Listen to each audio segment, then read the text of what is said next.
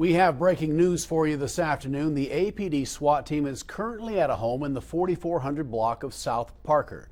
News Channel 10's Shannon Smith is live at the scene with the details.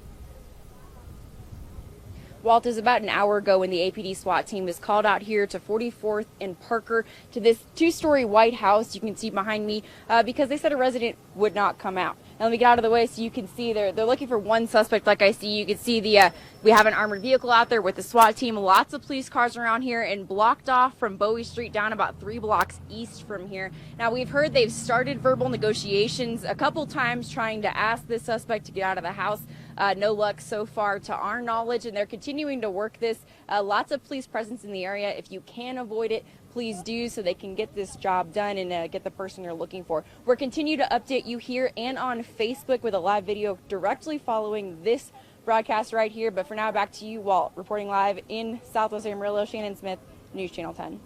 In other news, an Amarillo man has been arrested in connection with a shooting that happened in December. David Romaine is facing aggravated assault with a deadly weapon charges, accused of shooting his girlfriend in the 2900 block of South Woodland. Romaine was booked into the Randall County Jail. Amarillo police are investigating 2 robberies that happened in North Amarillo this week. Police were called to the 400 block of Northwest 15th late Sunday evening on a pizza delivery driver who had been robbed. The victim says 2 men pointed a gun at him when he delivered a pizza. The victim dropped the pizza and ran off. A similar incident happened last night in the 1400 block of North Tyler Street to another pizza delivery driver. The victim says he was met by a white male and a black male who pointed a gun at his head. The victim says he was told to give them everything. He complied and then ran off. Anyone with information on either of these robberies is asked to call Amarillo Crime Stoppers at 374-4400. We now have the names of the 45 suspects arrested after an operation led by DPS special agents this week.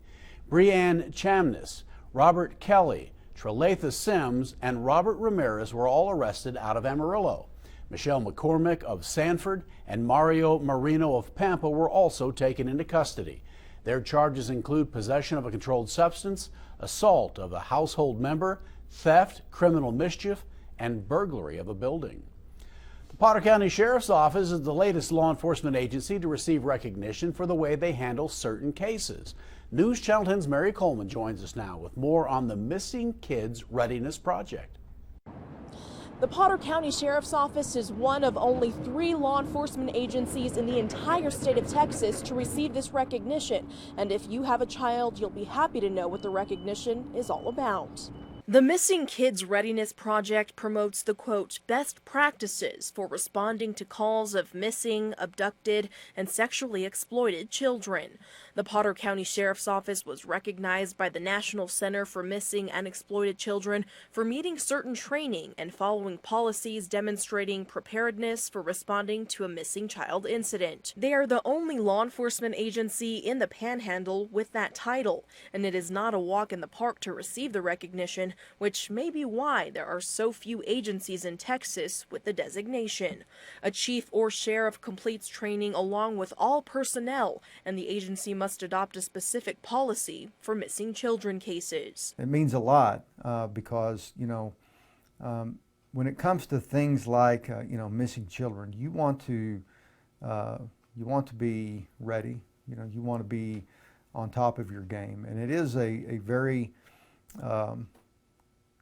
difficult and complex type of call, and again, not one that we get every day. Though the Sheriff's Office is the only law enforcement agency recognized, every communication center in our area is on that list, a pretty big feat, according to officials. Reporting in Potter County, Mary Coleman, News Channel 10. Well, our weekend weather looks warm but a little bit windy. For a first look at that weekend forecast, let's send it over now to Chief Meteorologist Doppler Dave Oliver live in the Storm Track Center. Hello, Dave. Well, it kind of sounds like you're talking about springtime there, warm and a little bit windy. We sure see that repeat over and over. We've got that going on today. Let's take a look at temperatures, and we've made it up to 80, almost area-wide. We just have a few spots there within a degree or two down in the upper 70s, but 81 here in Amarillo. And yeah, the wind's starting to pick up just a little bit, but it's a quiet day. It's going to be a quiet start to our weekend. We have some very thin high clouds drifting overhead. That ought to give us a colorful sunset But overall, we're still in a very quiet zone. What we're about to see, though, is that south and southwest wind pick up a little more. Looks like that's going up to around 30 miles per hour tomorrow. And we're working on some rain chances. We're not going to get any out of our latest system up here in the Pacific Northwest, but there is a system out in the Pacific that will be moving our way next week. So we're starting to gain a little confidence on some rain chances. I'll be back to talk about that and really give you some details on the weekend. Wald, back to you. Thank you, Dave. After more than 500,000 acres burned in the Texas Panhandle in early March, the tally of dead animals continues to rise. News Channel 10's Cassie Stafford has more on how area veterinarians are helping producers recover. The number of dead animals now stands up to 4,000, but AgriLife officials say the summer months could pose even more problems for the cattle who suffered injuries. Area veterinarians say summer pneumonia has affected cattle following wildfires in the past, and that could be an issue again this summer. When cattle are stressed by heat or excessive cold weather, they are more prone to having problems, but local vets are stepping up to help those in need.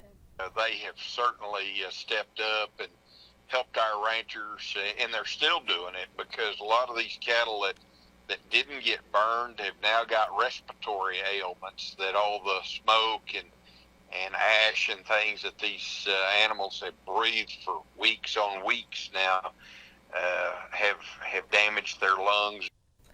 Holloway says the impact to local cattle economies could be severe. We'll hear from an area veterinarian about how ranchers can prepare for these weather conditions and look out for further injuries. On the news at 6, reporting live in the studio, Cassie Stafford, News Channel 10. Soncy Road will be closed again this evening at 7 for bridge work on I-40. It will reopen tomorrow morning at 7. Also on Soncy, between 34th Avenue and I-40, lanes will be closed for a few weeks while Atmos Energy moves a gas line. If this is part of your daily commute, you may want to find an alternate route. Today, TxDOT announced it will be replacing the westbound I-40 bridge at Bushland after all. The decision comes after that deadly accident forced it to close in late February. Originally, engineers looked to repair the bridge, but after further investigation, the TxDOT Bridge Division has determined it would actually cost less to replace it. Construction is set to begin in July. Well, tomorrow you can help people battling multiple sclerosis. Find out how. And area senior citizens' homes are receiving visits from therapy dogs. We'll tell you how they're helping coming up on News Channel 10.